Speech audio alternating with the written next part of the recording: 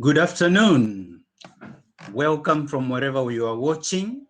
Of course, we are connected to different time zones. So I can say good morning, I can say good afternoon, or even I can say good evening, depending on your time zone. Feel represented because we are connecting to you from where we are. And this is from the heart of London, coming to you from wherever you are. We are so happy you joined to be with us this afternoon in London. And of course, my name's Julius Mbaluto, and welcome to Julius Mbaluto Live. Today we are privileged. We have great people here who have done so much work, and they are still doing things, excelling in what they do. Pretty much proud of their achievement so far, and of course, we love to sing beautiful songs of people who are doing inspirational things, so that they keep the candle of hope in us burning. And therefore, today we are joined by David Mbiyu. David Mbiyu is a photographer. He has also worked in design, graphic designs, not graphic designs, creative computer graphics and commercial graphics as well, designs. Totally different way to look at it. We are talking to him through to find out in the course of the years he's been operational, the things he has achieved. And of course, David studied creative computer graphics and commercial graphics in London and Nairobi, respectively. And he started his career here in London, also here in London many years back. He has been there in the production of East African newspaper. David also has worked, although he didn't remember, with East Africa Voice UK, which was a publication way back. And away from that, he has done so much. He has traveled to so many different countries, and his work in photography has been showcased, like it's been used by big media channels. And we are talking about his work being published, his photographs being published in the Guardian UK, Evening Standard newspaper, Cambridge University Press, the Daily Mail, Thomson Reuters, and several other publications, the New Yorker, Bloomberg. They're just many, so I wouldn't mention all of them, but just to mention on, just but a few of them. And of course, in terms of working with within the TV sector, he has also done work with Sky Channel 175 and also Ben TV as well. So he has been there, instrumental, pretty busy doing the photography, doing the design work. Creative industry today is our focus, my friends, and this is great. David, you're more than welcome to Julius Mbaluto Live. Thank you, Julius. Yes, and our second, my second victim, not victim, I'm just joking. I wanted to speak to him in Swahili. That's why I'm calling him a victim, because he was, don't dare use this language because he's so nice that I can't remember all the words. So meet Jason Njoroge. He's a London-based actor. Of course, to many people you may know, but David has been featured on DWP, a commercial here in the UK, and also FIFA 21 Champions League in 2020. And these commercials, it's a big deal to be featured on commercials in the UK, so we are pretty proud of your achievement, there, Jason. And Jason, not only has he been featured on these commercials, as an actor, he has co-written and starred in Daylight. Daylight is a short film, which is really fantastic, being received very well. And also, he has also been featured on London is Burning, another short film yet to be premiered in Raindance Film Festival. It's a big deal for us. And of course, yes, pretty much great achievement. So we are very much proud of both of you, David Mbiyu and Jason. Jason, welcome to the program. Thank you for having me. Yeah, so Brilliant. To start ourselves, kick off with this program. Today we are going to see a bit of their work, that each of them have done. But before we do that, this program is sponsored by TapSend. So we are going to start with TapSend and then we'll come back and carry on with our conversation. Niaje TapTap Send Money Transfer has launched its app in Kenya. Send money to M-Pesa and Kenyan bank accounts. Send money quickly at the best rate. Hustle-free. Available in the UK, France, Italy, Spain, Netherlands, Belgium and Germany. Turkey too.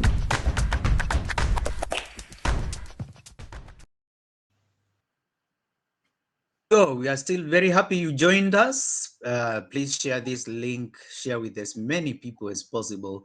Let us learn from the experts. Let us learn from the people on the ground there, because it's pretty much good conversation to have, because we get to learn a lot of things that we didn't know before. And how best to do that than to hear from the people who are doing this stuff on the ground. We'll just kick off with maybe David, for example. David Mbiyu is a friend of mine. I've met him. Our ways crisscrossed in our career path so many years, and I've seen him. And I'm happy. I'm happy to see you on this other side of lockdown. It's just like walking across the bridge, and it's always when you start with someone there, and you're like, oh, okay, mate, we're on the other side. So David, we are excited to have you, So before we start to talk to you, shall we see an example of the work that David has done? And of course, this will be brought to us by JJ. JJ is a man behind our technology. He's such a great guy, and he has done what he has done so many years. He excels in everything he done. Pretty committed and pretty focused. So JJ, let's see what David has, examples of the work that David has done.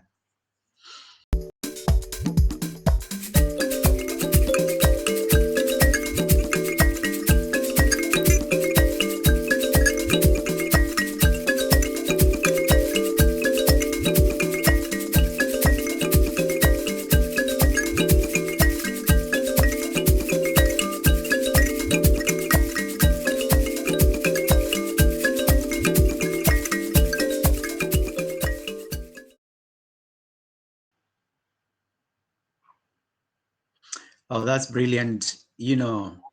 Great photos there. And yes, let's, kick off with you, David, for example. I mean, anyone can take picture, especially nowadays with all these mobile phones and all that. And that's what people think.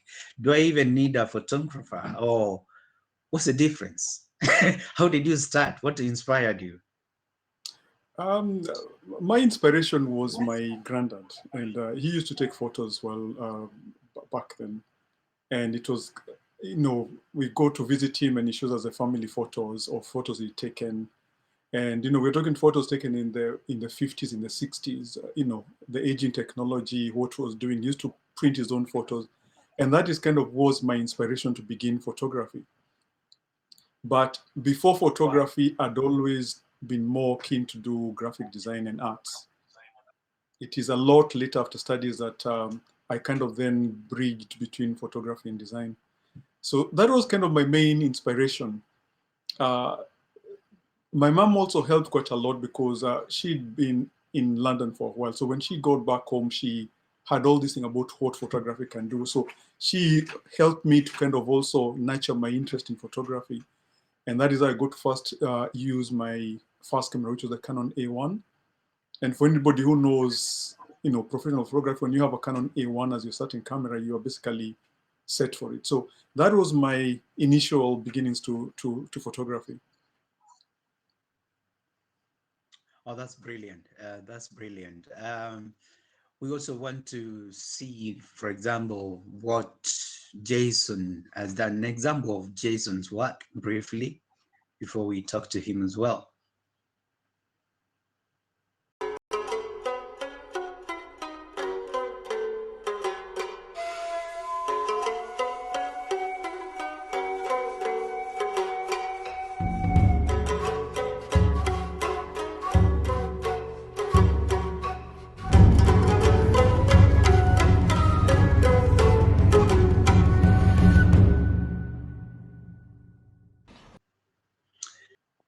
Okay, a brilliant clip of a trailer there, the movie Daylight. Jason, what's happening there? I was beginning to be scared. Uh, don't worry, don't worry. It's acting, it's acting. Well, basically within the Daylight short film, what we're trying to do is really try to create a story that we felt like hasn't been especially premiered in the UK.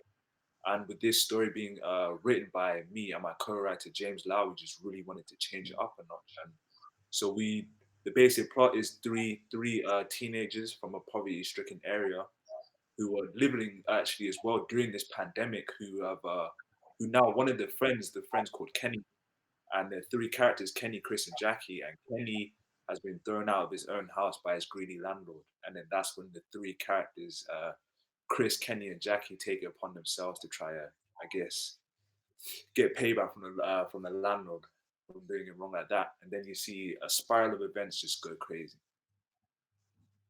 And in your inspiration, how did you think acting was the best thing to do? Because when I did acting before you answer, because I'm a former actor, screenwriter, former screen actor as well. But I found that people tend to misunderstand you. I found people who are like, they didn't know where acting started and ended. I remember doing a serious, scary detective series once that was in Kenya. And the moment you are on the road, you find that some people, they saw you acting as a thief, but tomorrow in real life, some people think you're a thief. Of course, that was a long time ago. It's a social perception of acting whereby people don't draw the line where your acting begins and where it ends. So what's your inspiration, and were you aware of these things happened? Well, when it comes to acting, I feel like this is something I was doing from a really young age. I'm literally talking from year three, year four, probably grade three, grade four, and this is when I guess I really started picking it up. But when I started getting older, especially here when you're a boy as well, it's just like acting becomes less cool or whatnot. You don't want to do as much, or your friends aren't doing it. And then I remember at the second stage when I was around 15, 16, when especially I was looking at different GCSEs to choose, I remember I chose to pick drama again because this is just something I guess that was calling to me. Even though drama was something I hadn't done for years. I mean, literally years for some reason. Then I just said to myself, okay, I want to do drama. At the Really? in GCSE or whatnot, that's when I really started to find my passion and love for it. I think I'm sorry. No, brilliant. That's I mean, acting is a great career path, which gives you different other capabilities. Oh, as an actor, if I just want to go on holiday, I'll just imagine it.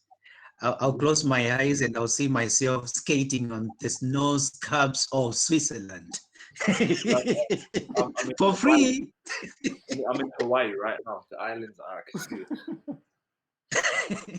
Exactly. So it's quite amazing, skills that people have. And of course, David, your remit in terms of, photography, in terms of design, where this is all part of creative work. And when I'm working with photographers, I've worked with a photographer. Next thing I see him looking at the sky and say, "The great shot, great shot." I'm like, "Where is it?" So, where is the shot? I haven't seen. You haven't got your mobile radio, your camera. Why are you saying great shot? So he's just looking at total nice blue sky, and in his mind, he's taking a photo. So, what informs your photography? I think the thing about photography is you're always on the lookout for something new, something different. So, and because I suppose once you pick on what you're doing, if it's, say, for instance, you are doing travel photography or press photography, there you know the things that you're looking for, and you know the kind of photos you want to create. And so because you've been there once or twice, you kind of know the things you're looking for. And sometimes you already you're looking and trying to get something which maybe you will see and somebody is not going to see. And sometimes you've got that mental image of what you want. Other times you get photos and it is much later on in your career that they kind of like end up meaning something or fitting somewhere. So yes, I have had a few of those moments where we're just walking on the street or something. I take a photo and I'm like, and somebody's like, "What was that about?" But it's all part of having an eye to the story. Always the kind of being ahead of the game, like anticipating things, what's going to happen next. Like things, for instance, I've done in the last 4 or 5 years is demonstrations. You cannot predict what's going to happen, but you kind of have the two things where you're watching for your safety, you're looking at your after your equipment, but you also have to be prepared to get that shot that you think that that one photo, two photo is going to tell people who are not there the story. And if you go to an event or a demo and you don't get one or two of those photos, then you kind of feel you've missed something. So that is usually when somebody then exclaims, "Oh, I got it, I got it." When you actually see a photo and you think that is going to tell the whole story. That's what works for me. Now, in broadcasting, most of the time, when they are training you to be a journalist, they tell you, make sure you tell the story, but don't end up being the story. So it's kind of scary. And I remember one of the times our colleague at the BBC covering war, and he was in a war zone, and there were sounds of gunshots. And the producer controlling that activity from newsroom in London is telling him, get closer. So for better actuality, get closer so that we can hear better sound quality. I'm like, did you realize the sound of gunshots? You're telling me to get closer? I want to be as far as I can. Oh my God. So are there any dangers that you have come across in the field of taking photographs? Either going too close to the scene? Well, so somebody once said, one great photographer always said that you get a good photo the closer you are to the scene.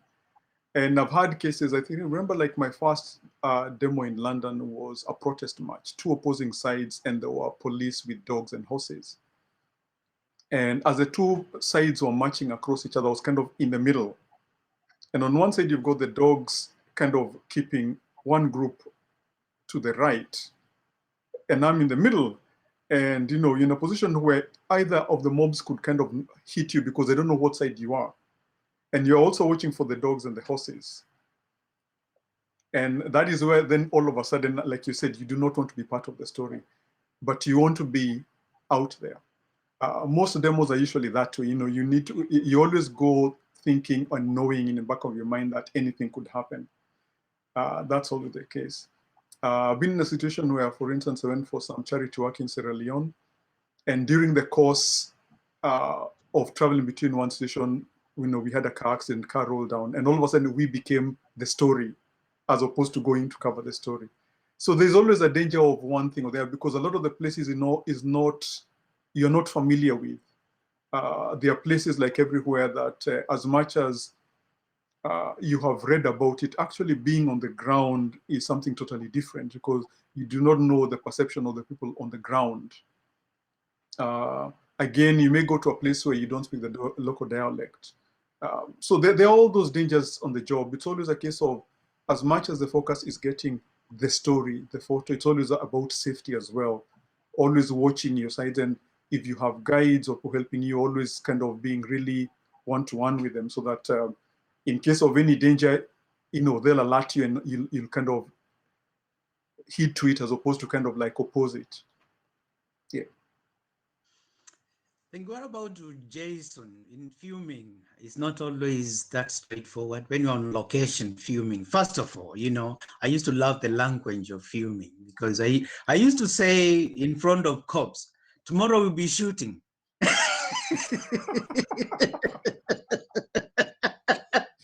I'm not sure if I said that one. Yeah. And for those who don't know what that means, it doesn't mean we turn into petty criminals. Shooting in filming means you're going to actually film.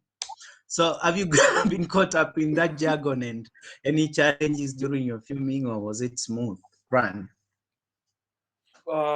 when it comes to me working on like commercial sets or whatnot on sets with other people backing the commercials, for instance for FIFA or whatnot, everything seems to go pretty smoothly. They have everything mapped out, everything ready. But when it then came to our own short film, the one where we produced it, this is something that was produced and funded by Creative Disruption Media. So everything was really from the ground up. It was literally just us from the ground up. So when it came to filming on location, there were certain things. For instance, the car scene outside, or there are a couple outside scenes. I don't want to spoil it, but there were a couple outside scenes, and this is during the pandemic. So if a car or if a police officer's car rolls past, everyone has to get 2 meters apart. Can't be get too close on set. There are different things like everyone on set now has to wear like a face mask on set, which is a lot different compared to like a year ago filming when you're seeing everyone's face. Now when you go to these new sets, everyone now has to have a face mask, and you can't even really see their face till the end of filming. But a lot of the times when I can say I've been fortunate enough to really have some good filming sets most of the time. I think the only time when there was a problem was probably when a couple police cars would roll past. That's probably the only time you have to get 2 meters apart. But besides that, everything seems to go pretty smooth. Yeah, amazing, amazing. Filming is not a cup of tea. Number one, I found through experience that there are so many unseen and hazards which you haven't even prepared for it. I remember this one time we just were filming a detective series, and we kind of cordoned off the area that the actual scene will be filmed. And then there's a man who was to control people not to enter into that area that people, real characters were supposed to be filmed. And it happened that, unfortunately, happened that it was we were actually filming there to show members of the public this is a danger spot in terms of security. When you are going home, watch out. And that particular moment, someone who was living in that estate is coming home. And I don't know why he ignored all the lighting and the warnings, and he kept going straight to his door. But next to his door now, his neighbor, of course, now this is acting, was knocked down by a fella, briefcase taken. And now this neighbor in real life now thought we are being attacked and ran away, calling neighbors to come and help beat up all thieves. I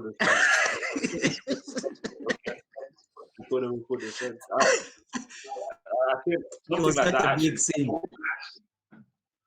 I remember I was filming something in Brixton not too long ago, this other project in Brixton, and I did forget about this. The one problem with filming in public is that you can't control the public. So when you're filming the public areas, you're gonna have people that want to get in front of the cameras, people that want to see what all these lightings about. There are a couple people, maybe a crackhead will turn up and just ask for some money while he's trying to get in front of the camera. Those are the type of things you have to deal with. Just keep calm, just let them know I haven't got anything for now. Yeah, we just continue. Exactly. David, amazing journey there. What countries have you been to in filming, and what shots stood out? I've visited Kenya extensively. I've tried to go to every corner of Kenya. And of course, I've done Tanzania, Dar es Salaam, Uganda. I've done Zimbabwe,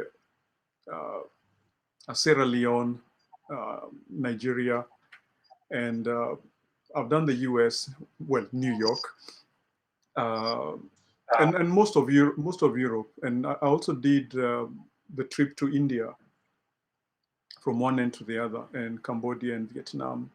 So most of my journey, again, was based on what I was working on, then kind of like took certain areas to kind of feature or photograph certain things. And I think for me, that is why I do like photography, because when you combine it with travel, it becomes less of a job, but you can combine it as a job and, well, holiday as well, but also getting to learn new cultures and everything. Yeah, that's amazing. That's really amazing. And did you manage to who comes in your mind? These big people, celebs, and you've ever photographed? A lot of the celebs, there are two guys. There are celebs that basically, you photograph them, from as press. Basically, they are either going safe on the red carpet. You photograph them from that end, and that is it.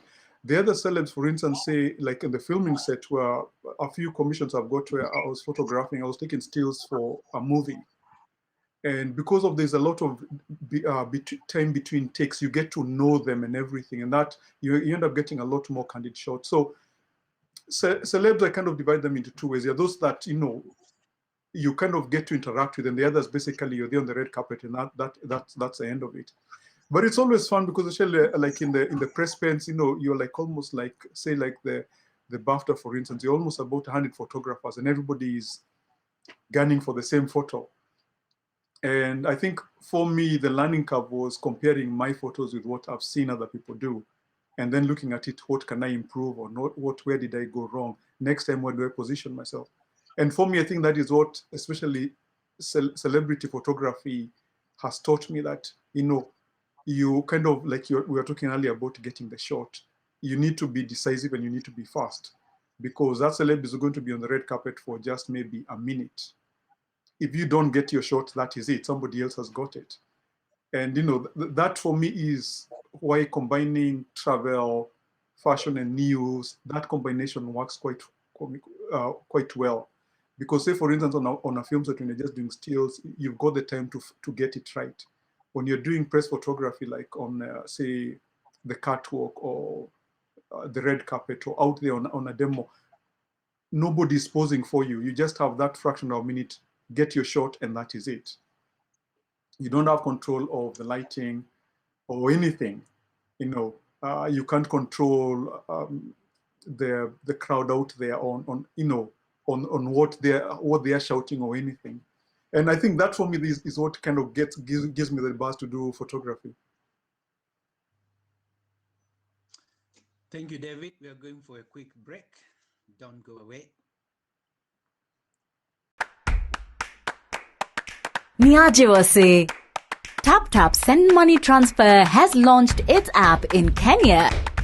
Send money to M-Pesa and Kenyan bank accounts. Send money quickly at the best rate. Hustle-free.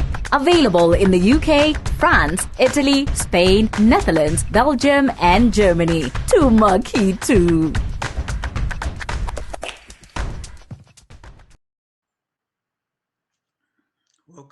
Welcome back. Keep sharing. Let us keep learning together.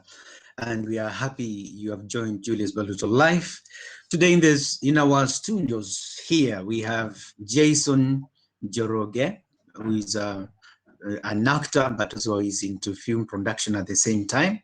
And of course, we have David Mbiyu, who is a photographer, designer, and also fashion. He does events as well, but also he does a lot more than just that. We'll come back to you, Jason. It's not every movie production is not a cup of a cup of tea. Like drinking a cup of tea is not as easy as that. Neither is it what they call a walk in the park.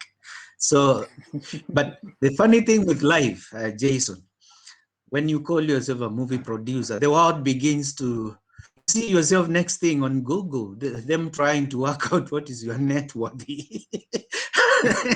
so I quite respect you, because is that a reality, or was a reality? No, it might be a million next week. I don't know if I keep going with this, but no.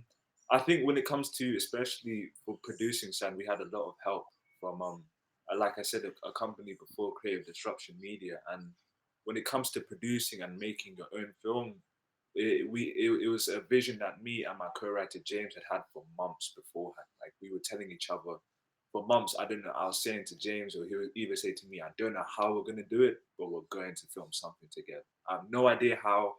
We don't have the right connections right now, but we're going to film." And then a couple months later, we had John Kenyari, part of the Creative Disruption Media, who said he believes in the vision that potentially that we could have together, and he put the money forward. And with that being said, when you're literally in control of everything from the get-go, and when it starts from the ground up, it's months and months and months and months of work. It was like 4 to 5 months for the scripts, then almost 6 to 7 months to get the whole crew ready, to get the equipment ready, to get everything properly ready and sorted, just for 3 days of filming. Just months of work just for 3 days of filming, because that's what comes along with it when you want to take it upon yourself to really make not only a great type of project, but also a project with a good financial backing. This is the type of steps that you have to take to make sure you at least showcase it to its fullest extent. So it's a lot of hard work, but it was fun. It was a joyful experience to be able to see the words that you wrote down on a piece of paper come to life right in front of you. There's nothing that can ever take away that experience from me. So you're telling us some people think when you are armed with your latest Android phone and they think I can just film this, someone in the park and do that. Next thing I'll have a movie. Others are like, I'm just gonna pick up my camcorder and I just follow this fella just filming and that's it. Everything he does, that's it. That's a movie. Is that the case? It could be the case from their perception. It depends on what type of movie you try to do. You try to do an Android movie or a camera movie. It's up to you. It's up to you. But as long as you're able to get a nice work out there, that's what really matters. And with this project here, we were able to get the financial backing. We're able to get all the correct equipment, the perfect crew. We had a great cast. It was just everything really came along well together. Hey, when I used to be an actor, screen actor, all of these kids telling me, we can do what you do, just they see me on television, just they follow me and they're like, we can do what you do with a camcorder. But me and you know, when you are acting, just lifting a spoon, that take alone, you may have to do 20 takes. 20 takes, For 20 to 30 takes. There was a even certain scene 40.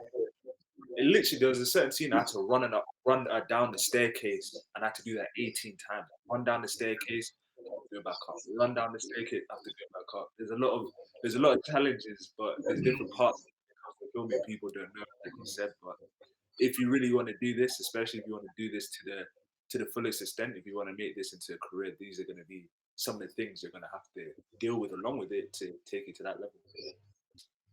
Exactly, because that's what sometimes people think is as easy as just filming someone, and all these takes you have to do for just one action is for the editor to take the best shot out of all those, and that's why probably now people understand when we are talking why directors are there and why they have to keep on saying take one, action, take two, action, and you're like, why do they do that? That's why they do it.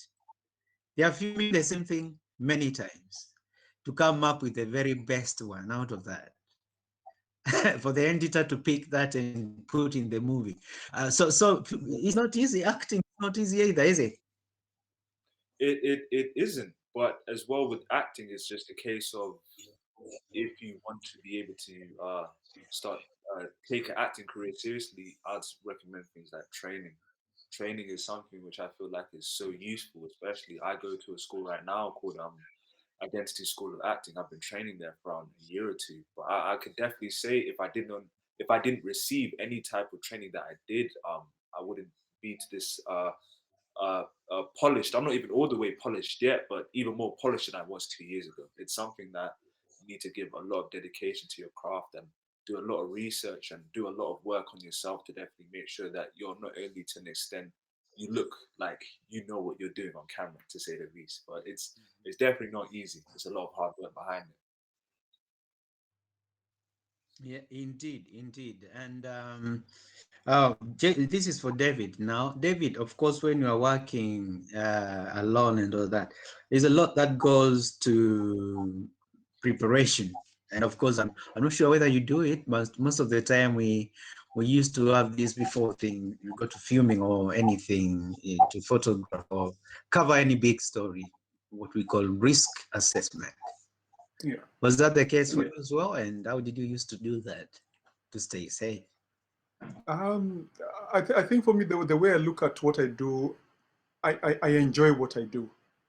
In order to enjoy what I do, I need to make sure that I'm safe at all times. Means safety in terms of first of all, assess the area where I'm going. What do I know? The area, route in, route out kind of thing. And then, of course, the other thing is, because if I don't do that risk assessment of my safety first, I know I will not be able to do what I enjoy. Then the next thing, of course, is safety of my equipment. So how I carry it, the bags I carry them in, and everything. I think on top of that, because I think that is a basic for any creative, you need to ensure that your equipment is safe. But the next thing is also, knowing the narrative. What exactly am I going to cover? And then knowing the sensitivities of it. Because once you know the sensitivity, then you know the dangers to keep away from. If, for instance, it's a place where, it's a risk, like back home, covering elections is risky depending on where you go. Picking an example, for instance. And there are some places where you can't go and it's risky, and there are places that you'll just basically walk through. So I think for me, it's like you called it risk assessment. It's looking at all those things. First of all, I think it's my safety. Then, of course, my equipment. But the next thing is also the environment at which I'm going to work in. How safe am I in there with all these things? And mind you, like you both said, equipment is expensive. You do not want to go to a place where you're going to lose your equipment, either because, it's risky, you could be mugged, or basically it is risky where you would fall and break your equipment. So I think that for me has always been a basic, that I need to ensure that I'm safe. I need to enjoy what I'm doing, and by enjoying what I'm doing means I'll be able to get the photos I need to take. And that means not just being conscious of, I need to go and take some photos, but being conscious about my environment, myself, my equipment.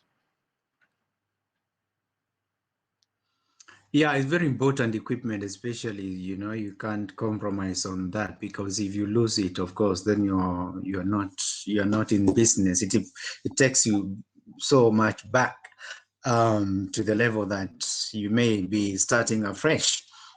But when you are covering riots, of course, seeing that how dangerous that can be, for example, Black Lives Matter protest was so animated, if I may say so, happening during COVID-19, and we had to cover all that.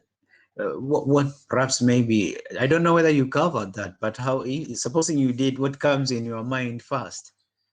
I did the initial ones, and that to me was again that thing about assessing and thinking, is my health worth more than the photos I need to take? And that was quite a big dilemma. So I ended up doing it, but kind of keeping safe, where that adage of, you need to be close to get the better photo. I think I took that, and I was always with my zoom lens to be as far as possible. So again, it was like you're saying animated. You would not know what would happen, because there was a lot of uneasiness of what's going to happen, what's not going to happen. And I think at times when you're a creative in that kind of thing, you just go for it. Sometimes, you lose better judgment and just go and get your photo and then walk out. I think the 2 demos I did, I promised myself I'll only be there for half an hour, and that was it. Before it gets too crowded, get my few photos, and that is it. And I looked at it that, I'd rather be safe than worry about, any damage or anything afterwards. So I think that is the way I looked at it. The 2 demos I did was more that way. But again, I think once you're a photographer in that kind of thing, either be it war or riots or demos, there's always a chance of risk due maybe to the crowds or anything. And that's kind of always in the back of your mind. Yeah, indeed. I found it very interesting, because most of the time people saw me, it was so animated. Sometimes you had to really walk fast, and it was very hot days. And having a mask when you are running is not practical. It wasn't. And whenever anyone who knows me saw my image there, It was like, stay safe. Where's your Yeah. mask? So the way people react to what you do is always amazing. And I don't know whether, Jason, you have come across situation like that, because you were working during COVID. Did you get people reminding you to wear your mask, keep your social distancing, even from your crew? I would say luckily enough, because I was the actor as well, because I was doing all the talking on screen. Luckily enough, I didn't need to wear a mask. I'd say I was fortunate there, but for the rest of the crew and for everyone else, there was definitely some precautions we had to take. You have to take a COVID test before you got to set. You have to sign a COVID form saying you've not been experiencing any symptoms. Even I had to sign that one. And then when you get onto set, everyone has to wear a mask. The only time when I really saw people either take down their masks or would try to even talk to people if they take down their masks is usually during the lunch breaks or usually during the eating breaks. But besides that, everybody has to wear a mask. No one plays any games. You have to hand sanitize and everything. Even the different makeup people hand sanitized every single time. These are the type of precautions that everyone had to take. But it was, yeah, we all understood why we had to do them. But yeah, it was different. It was different. Great experience. Tell us about your first movie, the first movie that you did. What was your experience? So this is the first short film, Daylight short film. And what about Daylight short film, especially with the experience of how it was on set, I can honestly say I enjoyed every single day because this is literally a project and this is a story that me and my friend had written for so many months. And like I said before, the fact that we were filming it, I couldn't believe it. The first day I was thinking, oh, what? The car scene that we wrote in the script, we're really doing a car scene. Like, we're really here with cameras in the public filming the car scene for this short film that we wrote. And different stuff. Like we said, we wanted to get a mansion for a certain part as well for the scene because it was so pivotal to the story. And then by the time we got the second day of shooting, the last 2 days of shooting were inside this mansion. The first time we were stepping inside this mansion, looking around like, wow, we're really in a mansion that we wrote in the script. Like we're really doing this. Everything about the Daylight short film was just a great experience, and I was just so honored and humbled to be a part of it. And with this Daylight short film, I think we're going to be able to tell a story that hasn't been told before. Definitely a story that's definitely relevant to the times right now. And I can honestly say this is just something that I'm proud of, not only myself, but the whole crew, the whole cast members, the producers, everyone. Daylight short film is just something that everyone has just worked really hard on for months. We've been working hard since last year, 2020, around September, all the way to April or all the way to March, April, sorry, to March, April. And this is just something I'm just happy to be a part of, especially to work with everyone who we worked with. It's just great fun. It's great fun. I enjoyed it. And what's the movie about? The movie is basically about how we're gonna say these three friends. As I said, the characters are Kenny, Chris, and Jackie. And Kenny, Chris, and Jackie are all literally three friends from the same poverty-stricken area. They're not well off compared to a lot of other people, maybe. And this is during the pandemic time, so everyone during this time is hurting. People are losing on jobs. People are losing money. People aren't getting the shit that they like. And what really starts off the whole Daylight short film is Kenny, who has recently just gotten a child himself, and he's a single father. He wasn't able to keep up with the bills because of the gentrification going on in the area, which is something as well, which is happening in the UK. There are a lot of people getting kicked out of their own homes because they can no longer pay the paying or the rising pay rates for their own house. And through him getting kicked out by his greedy landlord, that's when these three friends, Chris, Kenny, and Jackie, take it upon themselves to rob the landlord's house. But when they get inside the landlord's house, they were expecting no one to be there. It turns out someone was there, and that's where a spiral of events really happens, and that's when all the craziness really starts to kick off. Very, very interesting. Very, very interesting. I quite like the twists and turns in the storyline. Pretty brilliant and also creative. What about the second one? We have the rain dance to be Oh, featured in rain dance festival. so yeah, with that one is called London's Burning, which is also another great piece. It's something to do with it's written and it was directed by a woman called Francesca Waldo Forrester, and she as well. When she showed me the script, and I saw how relevant it was to the 2011 London riots, and then you get to see the perspectives of different Black people during that time who were seeing all this violence towards people of color on screen and seeing this constant betrayal of painting the person of color as criminals before they even got on to really understand who the person was, all over the news before you found out who the real person was, before they became this criminal or so-called gangster. And then you then go to see this family with these different characters. There's a girl called Samantha, her brother Joseph, who I play, and then there's the mother as well. And you get to really just see the three different perspectives of just the normal Black family during Brixton during this time of the 2011 riots. And then to not spoil it too much, you see Joseph and Samantha have some clashings about watching all this type of stuff on the news, and then the mum then tries to explain her point of view. So you really see three different characters' point of views during this time, and it's a beautiful piece. Brilliant. Brilliant. So it's not about my favorite song. When I was a small child, I used to sing London Bridge is burning down, burning down. Nothing to do with that. Thought about it. We might throw a song in there. Okay, great, great.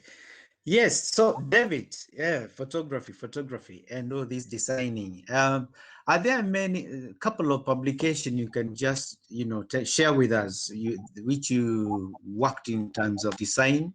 Of course, we talked about photography, but design side of things. Design part of things, I was employed, or rather, I was freelancing for the Design for West Africa magazine, which was the longest news publication published in London for the West Africa community, designed in London and printed and then shipped to West Africa. So I worked for that for about 5 years. And during then is when I met a group of fellow-minded East Africans, and we started the Eastern Africa Times, which was the first newspaper done by the Kenyan diaspora for the London audience. Those are my main things, and then from there, I think from that experience and everything is when I then started moving to more to travel design. Okay, brilliant, brilliant. So I know in terms of design side of things, is a bit more centered, but when it comes to like photography, is it that easy to take photographs and get them used within the rest of the media? In terms of, do you have to make pitches to different news media? Yes and no. It depends on your target audience. If you're aiming for mainstream, like I get my photos sold on Getty Images, there you basically have to have the equipment.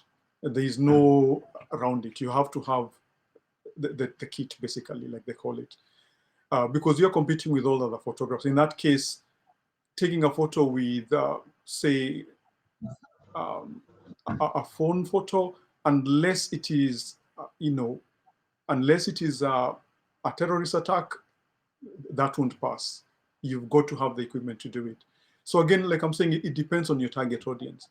If it's for, say, online publication, you can almost get away with anything as long as the photo tells the story. So it all depends on the agency. If I go through an agency, it all depends on the agency you are or your target audience.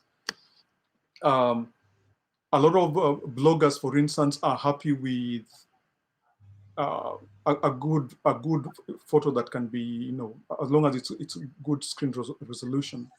So it all depends on target audience.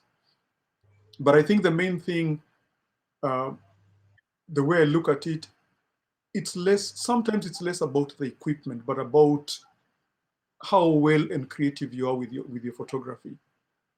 because you could still take the same photo, with professional equipment, and somebody takes it with a phone, and they get a better photo. So it all depends on target audience. Who is your buyer? Who are you selling the photo to? Yes, and also what the person photographed was doing, and a level of stature in the society, if they are very well known. I think when we were training, someone was saying, it doesn't really matter, stay alert. If you ever see, this is an hypothetical situation. I'm not saying it's going to happen. But supposing you saw Obama walking on the street and he was drinking a can of Coca-Cola and you took that photo on your phone, it becomes such an expensive image. Oh yes, Costs yes, so yes. much money, isn't it? That's the way it works, isn't it? No, that's the way it The works. character you are taking matters. It all depends. Again, you could take a photo with your phone, like a few cases of somebody took photos of the royals, with their phone, and it was on every newspaper the next day. So it all depends on being in the right situation and getting a good photograph. Because if you are in a position where such is happening, a famous person drinking coke and walking in the streets, and all you have is your phone, and that's the only photo available, that is what is going to be used. And that's the nature of press photography. Yeah, that's what I thought. No, you're doing great work. So back to you, Jason. I know you are now into acting, and for someone who has never done it before, what would be your words? How do you start up? How do you join? How do you enter into it? And what's there to watch I would say for? if you're, Right. oh yeah, I would say especially for actors when you're starting off, look at actors who look like you or from your type of background who've made it. And I mean the highest of extent when it comes to the acting world. I'm talking success wise. And then once you find those actors who look like you, who come from your type of backgrounds, that's when you start doing your detailed research history of how they started from the ground up to then lead to where they got to. I feel like I was told that info by my teacher around a year ago, and I found it so helpful because, I would be looking at amazing actors such as, Denzel Washington. He's one of my favorite actors, but the progression or the way his career came about in America is going to be way different to someone like me in the UK. So then that's when I start looking to actors in the UK like John Boyega or Daniel Kaluuya or other actors like this who've really taken the success to the highest extent of where I want to take it. And then once you find those actors who look like you from your type of background who achieve this high success, that's when you do the research, find out how they start, what type of acting lessons do they take, what type of places did they go to, where would they like to perform, or what type of things happened in their career for them to lead to that. Was it they did a couple short films to begin with to really show their talent wise, to show off their acting wise? Did they start off in theaters? Did they go to the National Youth Theatre? Which way was it that helped them to get to that level of success? And with that also being said, if you're an actor that wants to start off with the acting career as well, I'd also say you need to get rid of self-doubt, self-judgment. You need to throw all of that out the window, because when it comes to a career such as this, like I'm not even really been able to do where or taking it where I want to take it yet, but I've been able to do this so far, which I'm very happy with and very proud with. You need to make sure that you chuck away all that self-doubt. You need to make sure that you believe in yourself before anyone believes in yourself, because once you believe in yourself, that's when other people start catching on and just start realizing like, oh, wow, this person here, this guy or this woman here, they really have this passion. And usually when people see how passionate and how much you really want to achieve something, more a couple like not 10 times, but probably 8 to 9 times out of 10, someone will say something that will just help you along the way. So to make sure that you listen to even the littlest of info, because you never know how that info could help you.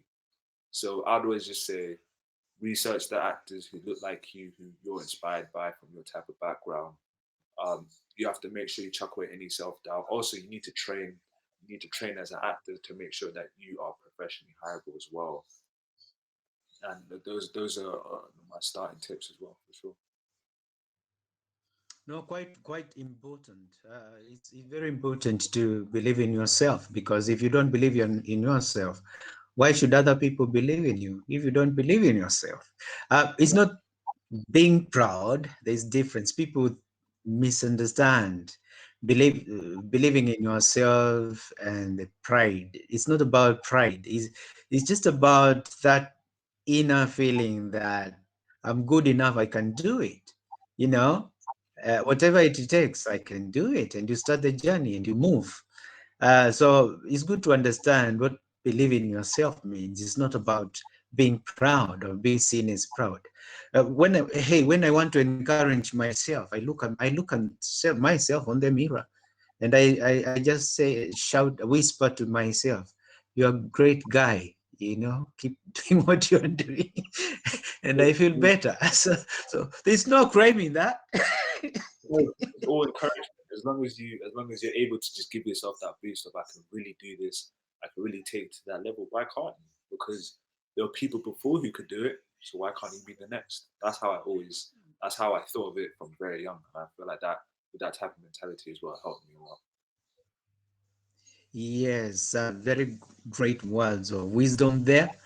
David, photography, design, all these amazing experiences in travel. Uh, Amazing. So what you do right now? What are you going to share with someone who may want to either follow either way, whether it's design, whether it's photography? What will be your words for that? I think, like Jason has said, I think the main thing is get the training first. Because once you get the training, you are grounded in terms of knowing the A to Z of the industry. If somebody said, I want a brochure, you need to know the dimension. Is it for print? Is it for online? And training gives you that. It also gives you the confidence of approaching somebody, or rather, if a client approaches you, you know exactly what you can advise. If it's a newspaper, so that's the main thing. And then the route I took is, once I did the training, is also now combine it with a passion. What do I like doing? I like traveling. And so when you then combine the two, you're kind of mixing it with a profession with something you're doing as a hobby. So there isn't a point where I kind of get to a point where, I get bored of it, because I'm looking at it that it's working for me two ways. And then, of course, it's kind of also keeping up with what's going. There was a time when, if you're talking, I think the time I started doing West Africa Magazine and East Africa Times, it was everything needed to be in print. And then all of a sudden, everything went digital. So again, you need to kind of be up, you need to be up to date with what's happening in the industry. So it's that. It's one is training, two is keeping updated with what's going on. But I think the main thing is, like, when all these things are going, also combine it with a passion, such that you don't look at it as a job. Because on some assignments, like, journalistic work, you've got to be up at 5 a.m, to get a 5-minute interview, or to get that one shot of a celeb leaving home. If you don't love what you're doing, no amount of being said it's a job is going to get you out of the house. And then again, it's also learning from people who've done it before. I've been lucky that I've good contacts with fellow journalists, photographers, people who have met out there, people who have met socially. And, like I was telling you earlier on, I met JJ about 10 years ago when I went to do a commission for a website. And that's how I met JJ. So it's keeping those contacts, they are doing something that you like, follow them up for it, learn from them, let them learn from you, and becomes not just a job, it becomes a passion, it becomes links. You're going to, a heated situation in a demo, who you can call, I need to go and cover this, are you free? Let's go for it. That's a thing. It's the training first, but also having good contacts that you can rely on. Thank you very much, David. And of course, wow, words of wisdom here. And yeah, it's been really, really great pleasure to have both of you, David Mbiyu and Jason Njoroge. Fantastic. You're doing great work in the creative industry. We want to see you flying so that, you know, others may be inspired by what you're doing. But you're doing the great stuff. Keep doing what you're doing, and we wish you all the best. Fantastic to have you on Julius Mbaluto Live. And I'm afraid that's what we have for today. So till next Saturday, you know, stay safe, keep working, start the walk. Because when you start to walk, blessings follow you through. Don't wait until they come. You have to start walking. Thanks a lot, guys. Thank you.